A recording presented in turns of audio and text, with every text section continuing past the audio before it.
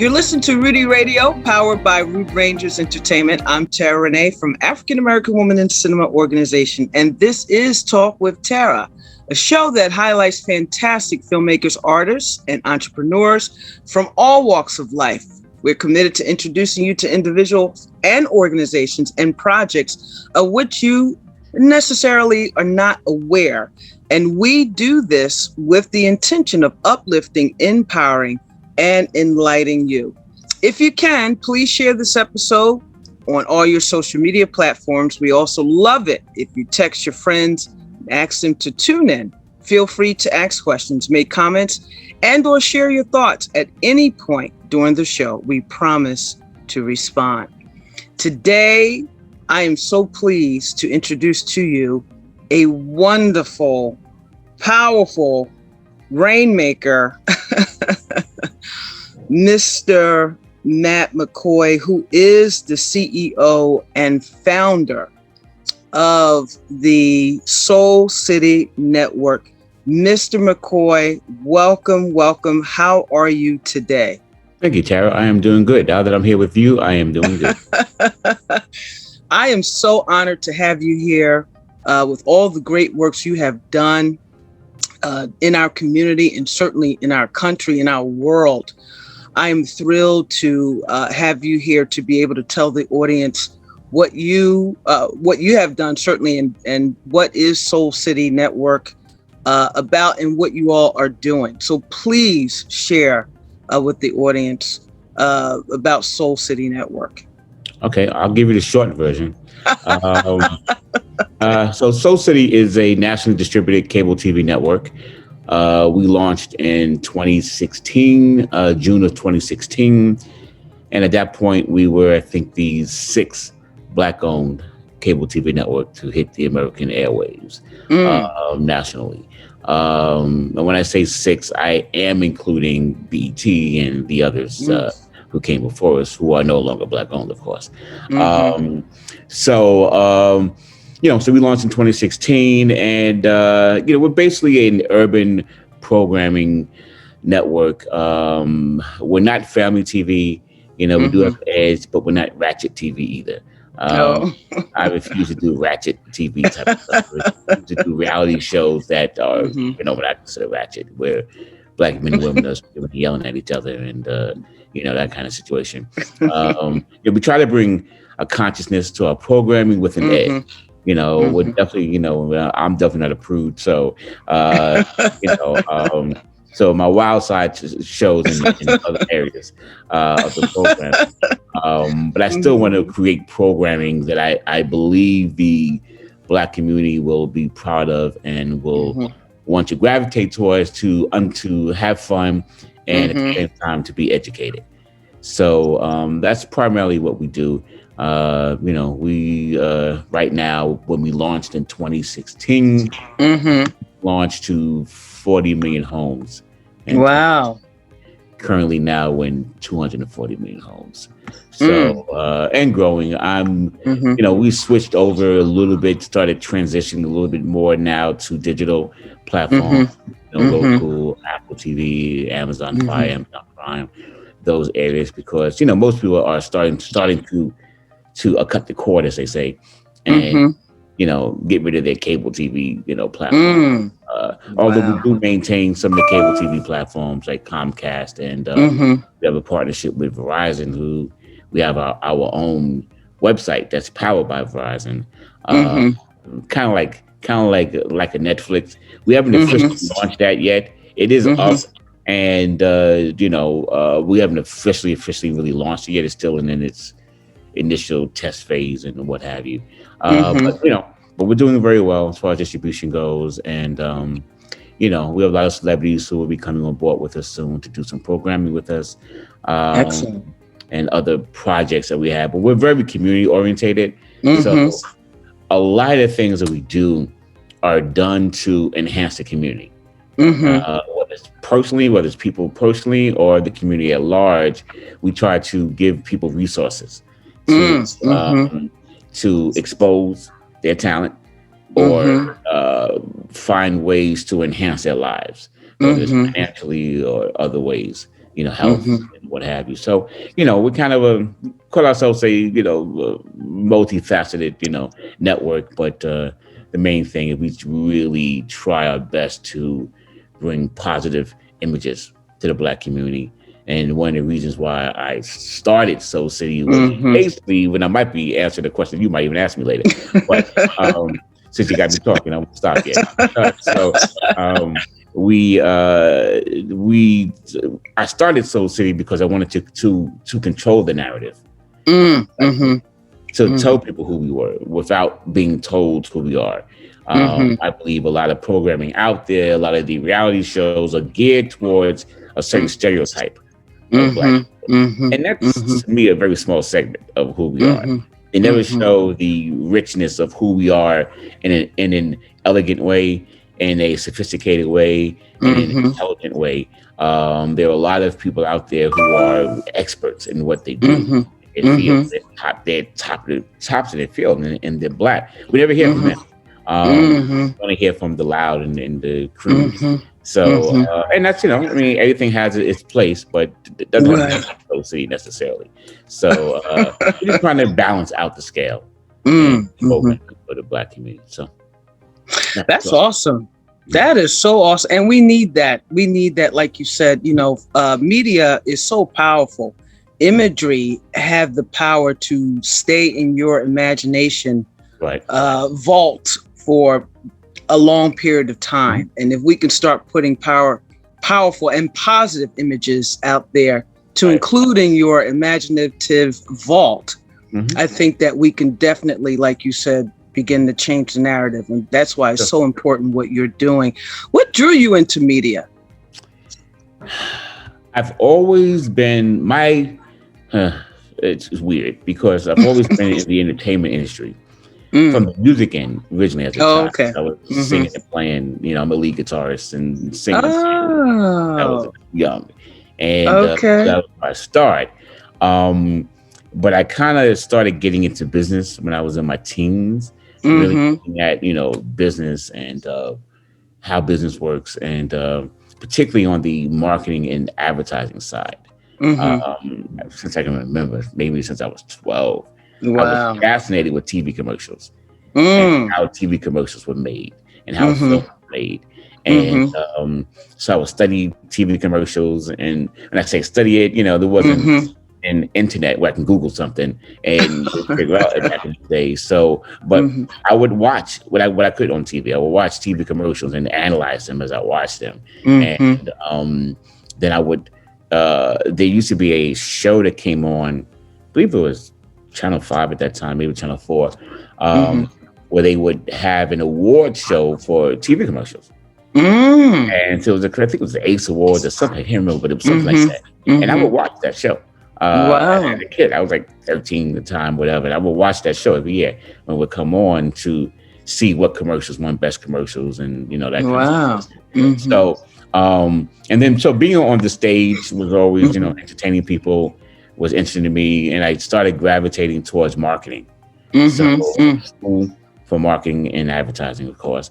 And when I was 19, I started my own marketing firm. Wow.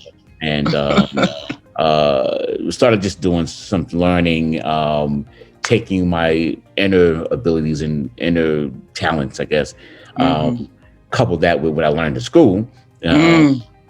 And what I was learning in school, and decided to do my own thing. Let me figure out a way to do something different, to bring something to the audience in a different way, especially to the Black community. So at that point, I was very, very self-aware of who I was as a Black man, and wanted to focus on that. So that's kind of how I got into it, was through the marketing side first. But at the same time, I was always doing entertainment. I was always doing stage productions and stage shows, whether it was music, of course. I first loved music. So whether it was live music or comedy, then I got into spoken word. And so I was always doing something live. So it just was a natural transition for me. But I had a friend of mine, his mother, had a public access TV show. And she brought on board. On that note, I definitely want to hear this story. I know it's going to be very good, but we'll be right back after these messages. You're listening to Talk with Terra, presented by African American Women in Cinema, right here on Rudy Radio.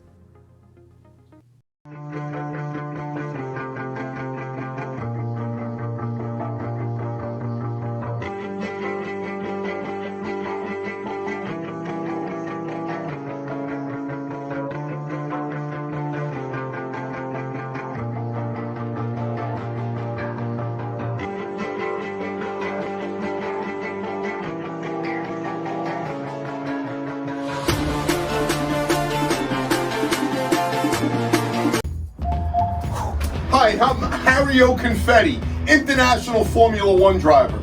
I spent to get to Long Island Telecom before they closed. I need to get one of these fantastic deals that Long Island Telecom has, because you can't beat the price anywhere else.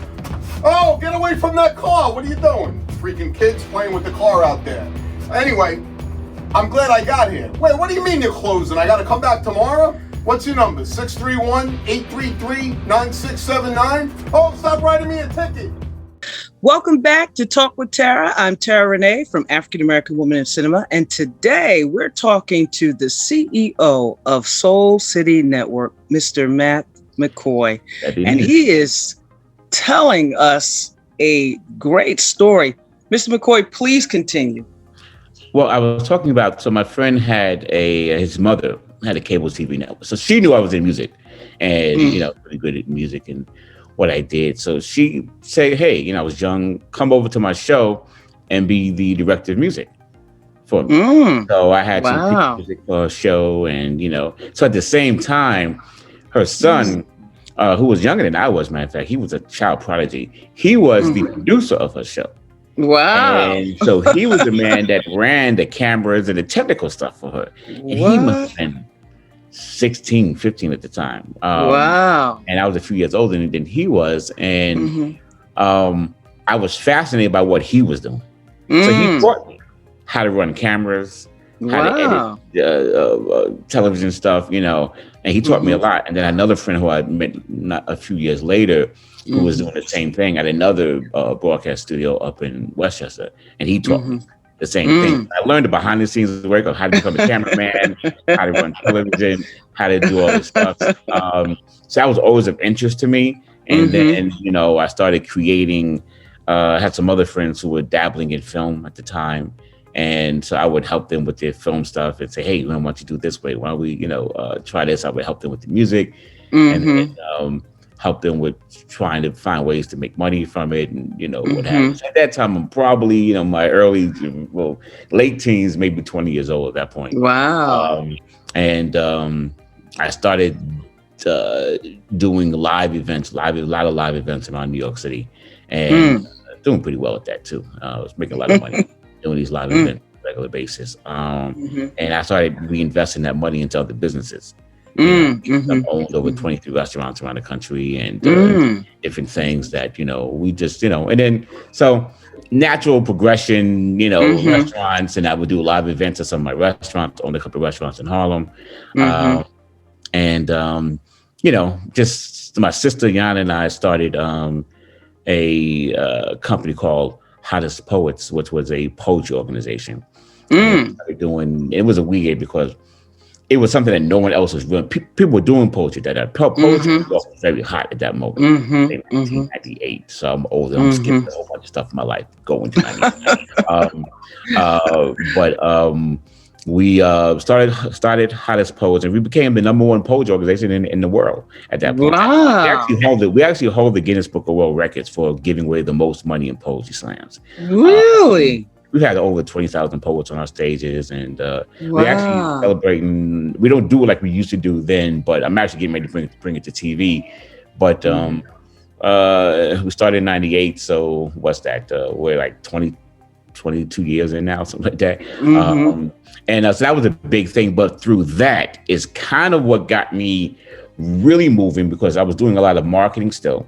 At that point, I was really well in marketing. I did projects for a whole bunch of brands, and would sell marketing campaigns to different brands. That was really odd and weird to do.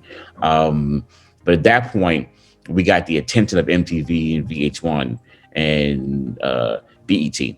Wow. Programming for them. And so the first one was VH1. They called us one of the executives for VH1 used to come to our poetry slam all the time. I didn't know that.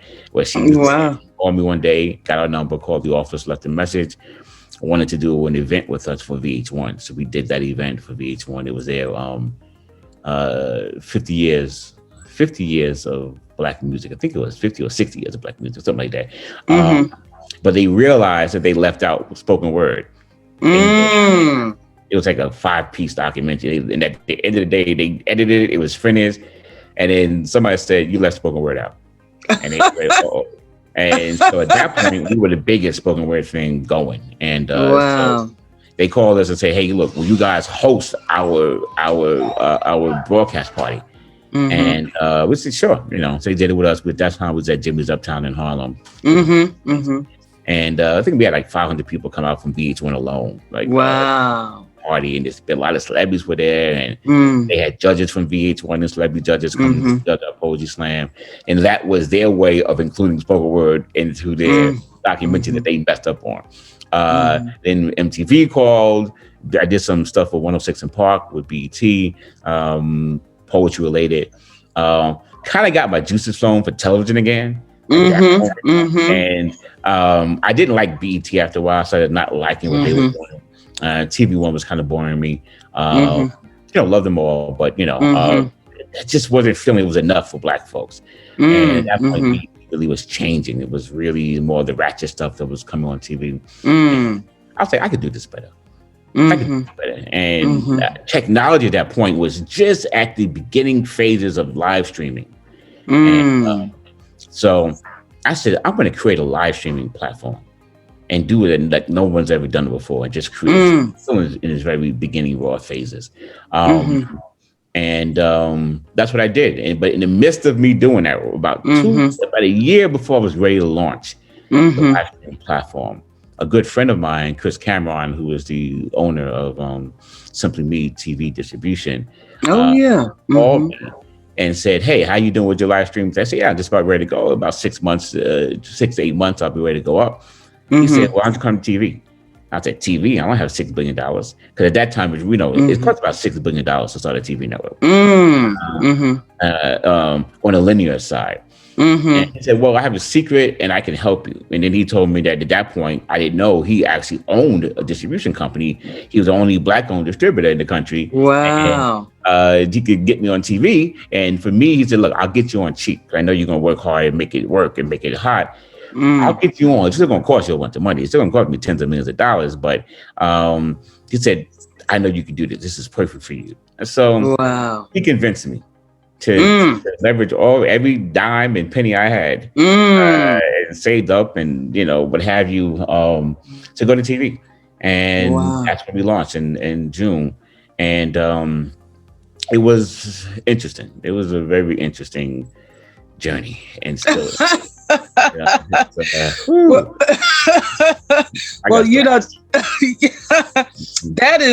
That's actually my next question. If you definitely, let you right into it. Yeah, let you right into it. Go ahead. I always want the audience to hear about the journey, because a lot of times that's always left out. And when people embarked upon what they believe they should be doing, and they face certain things along the way, sometimes they give up because they don't realize this is part of the process. And it's not until when they hear other people who have journeyed down that path and come through the other side, it's when they hear, "Oh, that come with the territory. I didn't realize that." Yeah. So please, Mac, could you share some of what you encounter on the journey? I'll share some things. Most stuff will be in my book. Okay, that's fair enough. It was, it was interesting because now here I am sitting in this. At that time, it was only 4 or 5 other Black-owned or Black-created TV networks, including BT. At that point, BT had already sold to Viacom. And so at that point, we was on Comcast, we was on Verizon, we was on Dish TV. There was a lot of on cable wise, but you realize that no matter how successful you are or how much money you think you have, you're still a Black man in America, and there's still projects and all, so there are still issues that we have to deal with. Well, on that note, we'll be right back after these messages. You're listening to Talk with Terra, presented by African American Women in Cinema, right here on Rudy Radio. Hi, I'm Dan O'Shea, Executive Director for Maureen's Haven Homeless Outreach. It is our mission to support the homeless in our community. We provide an emergency winter shelter program, a day center, and support services to help the homeless in our community. With your help, we can continue to provide services so critically needed to the homeless in our community. Please visit www.maureen'shaven.org or call us at 631-727-683.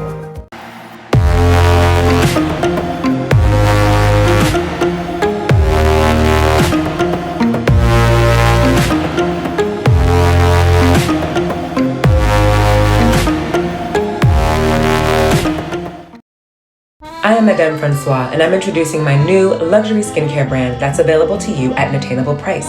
Discover my beauty secrets, luxurious, effective ingredients with proven results and a price tag that doesn't break the bank. Come indulge with me at lesmadamefrancois.com. Welcome back to Talk with Terra. I'm Terra Renee from African American Women in Cinema, and today we're talking with the powerful Mr. Matt McCoy, who is the CEO of Soul City Network. And he was just telling us about the journey. Please, Matt, please continue. And the journey, I'm not even nowhere near finished with the journey at this point. But that beginning journey was exciting. Hey, we're on TV with all these homes and I'm rising, everybody can watch me, and you're out around the country.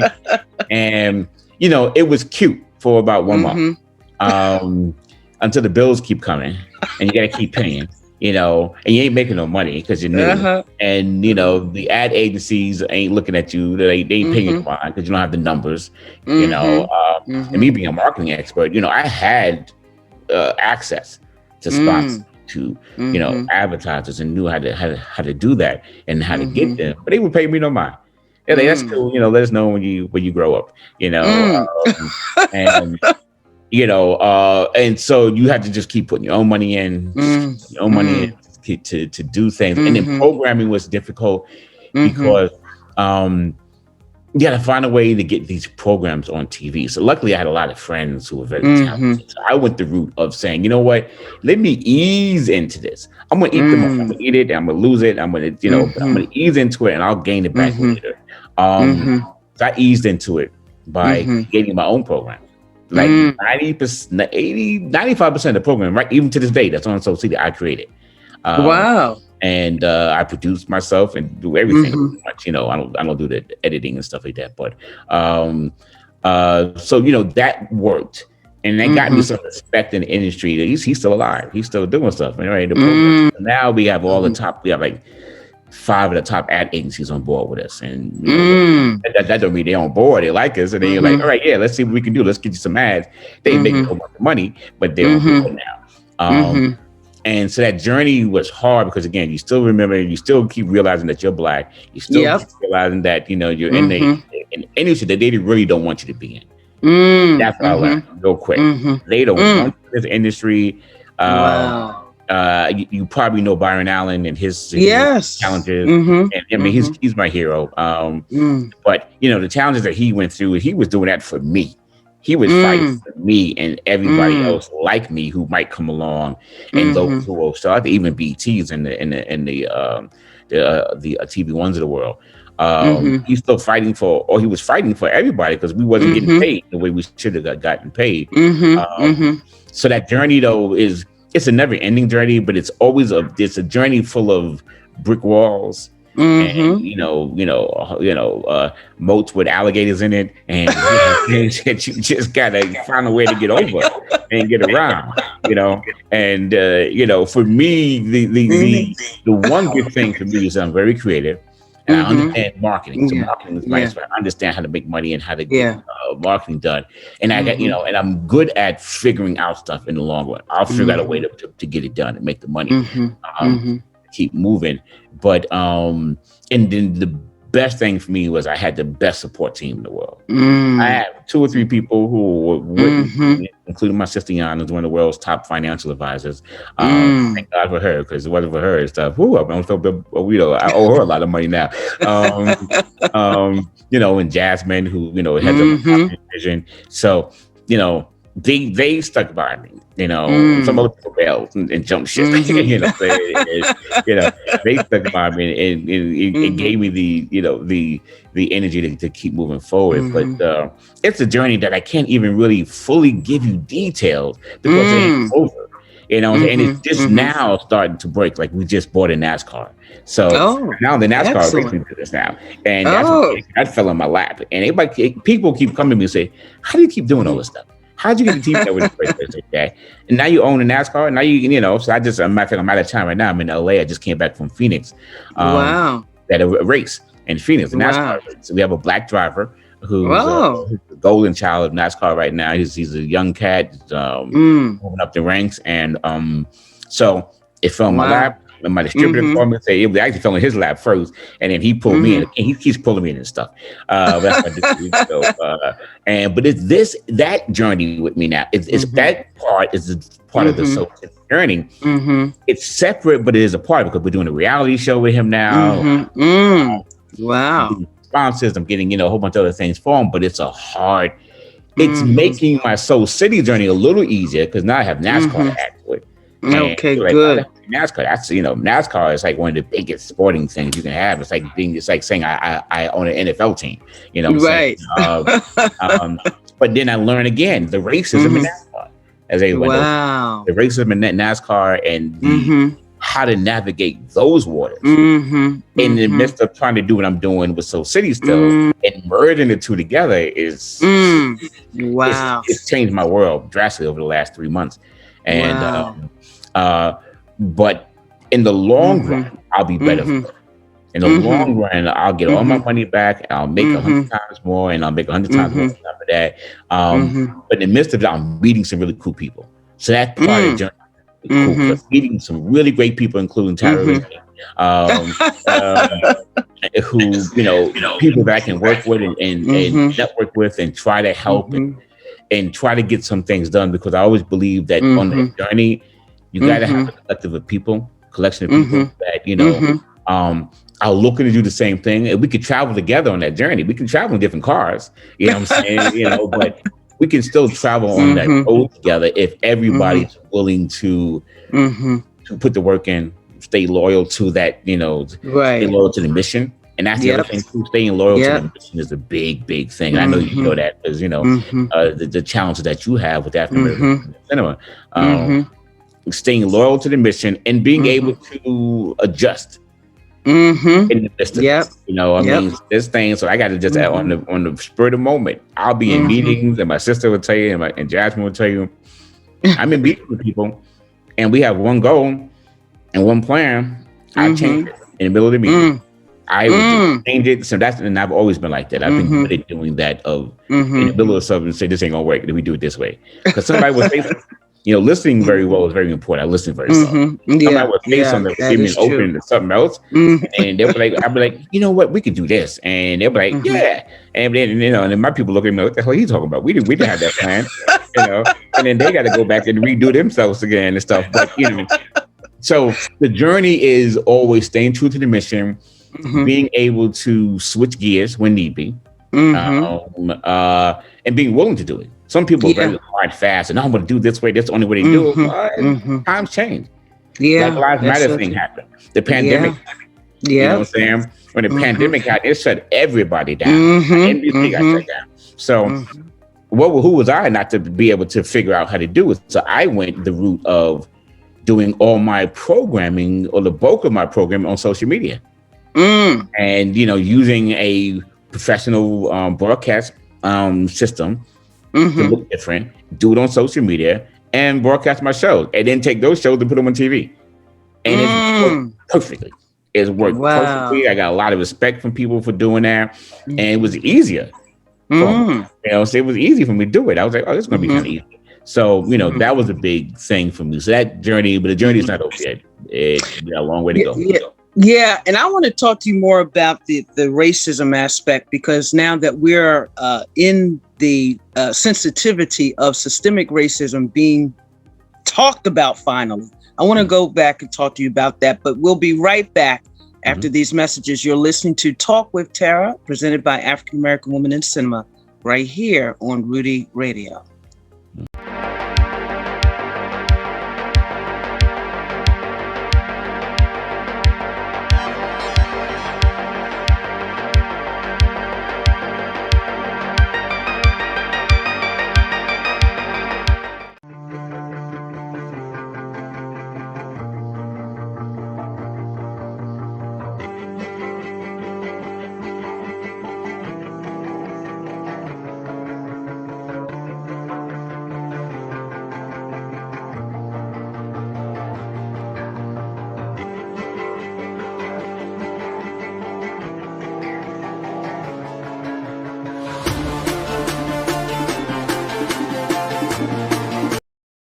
I am Madame Francois, and I'm introducing my new luxury skincare brand that's available to you at an attainable price. Discover my beauty secrets, luxurious, effective ingredients with proven results, and a price tag that doesn't break the bank. Come indulge with me at lesmadamefrancois.com.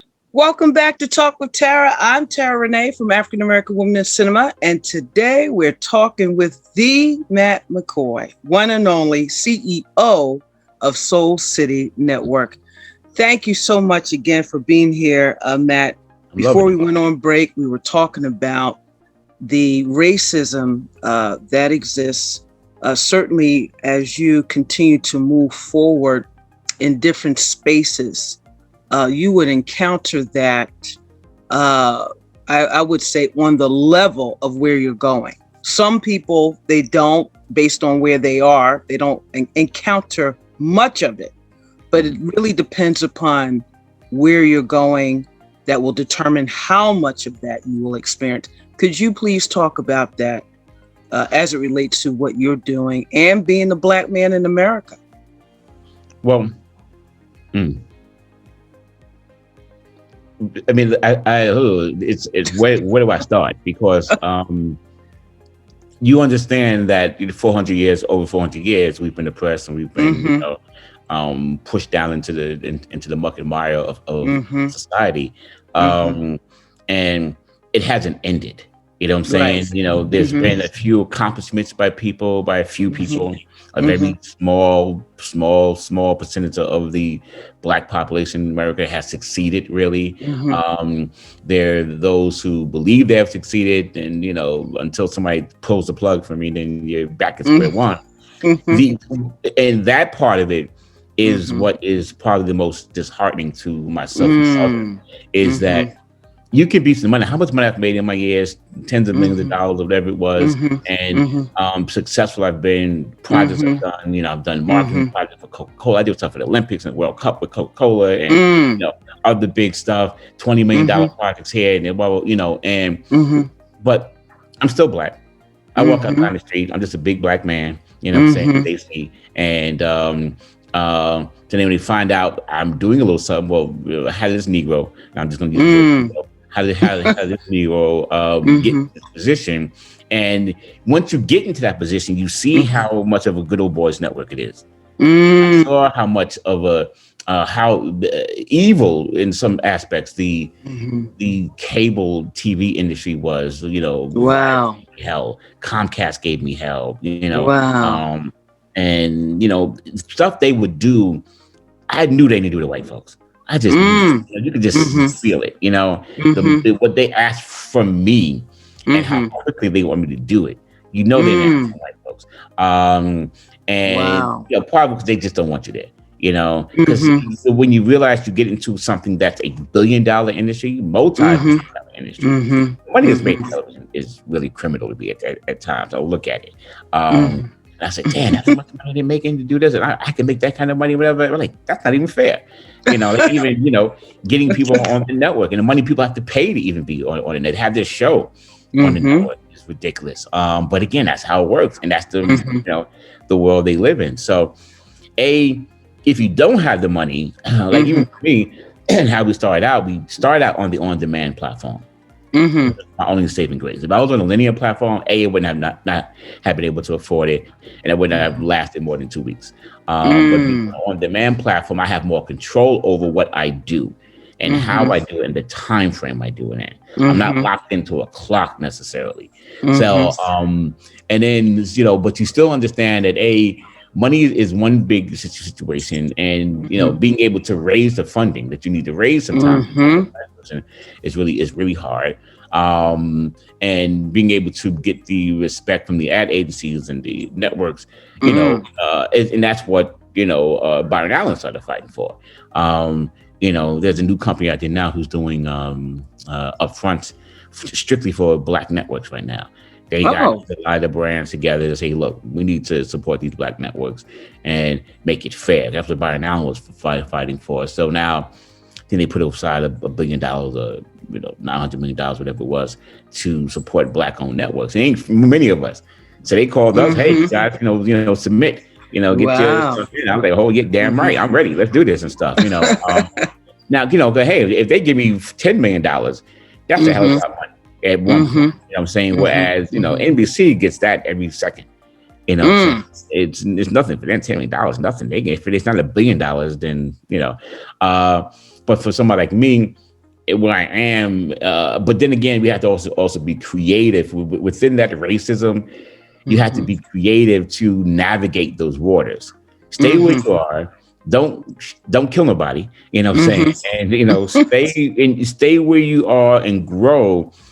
And work harder to earn their respect. Where they were like, you know what? They still surviving. They still doing this stuff. Let's give them let's give them this. Let's give them this. Let's try this with them. But in the meantime of while you're doing that, you see that they're always trying to buy you out. You know what I'm saying? They can, I've been offered, I think the last offer I got for my company was $35 million. Wow. Give me to buy into it, but they want to 50% of the company. And most people say, hey, shit, $35 million, let's just do this, but like, no, please, that's nowhere near. I know it's going to be worth $8 billion in a year or two, if I play my game. And then getting into, like I said, getting into NASCAR, we did the NASCAR thing and make that a part of the TV world with me. You realize, because we all know about NASCAR and the racism they faced last year with Bubba Wallace, which made Michael Jordan jump in and buy the team that Bubba and have Bubba race for his team. Here I am, little old me, jumping in with Michael Jordan. Come here, Mike, I'm in the world with you now. Let's compete.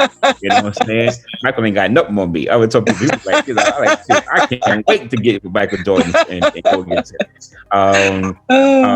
But but you see the racism there and how that for years, they just got rid of the Confederate flag with NASCAR and they're trying. You know what I'm saying? But even within their trying, you see how systematically the racism works. But it's not only about your color of your skin at a period of time. That's one thing that they can block you for. The other way, if you get past that, the next way you get blocked is through finances.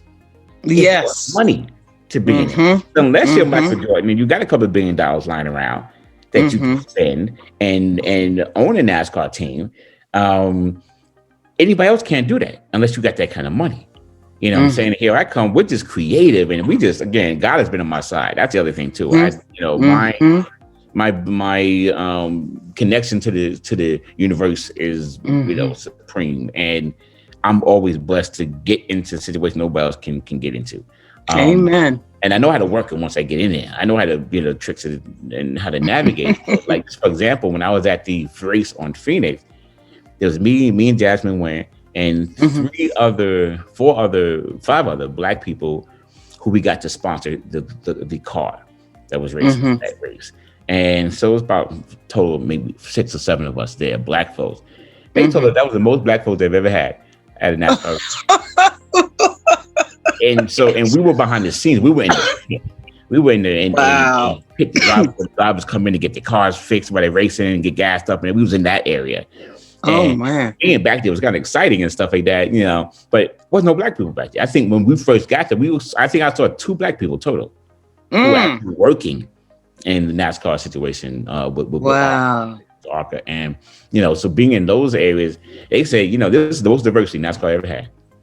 They were like, this is cool. And they were really proud that we were there supporting this black driver who was like, and his quest was hard to even get into, and he's a black driver who actually won a NASCAR race that no one else ever won.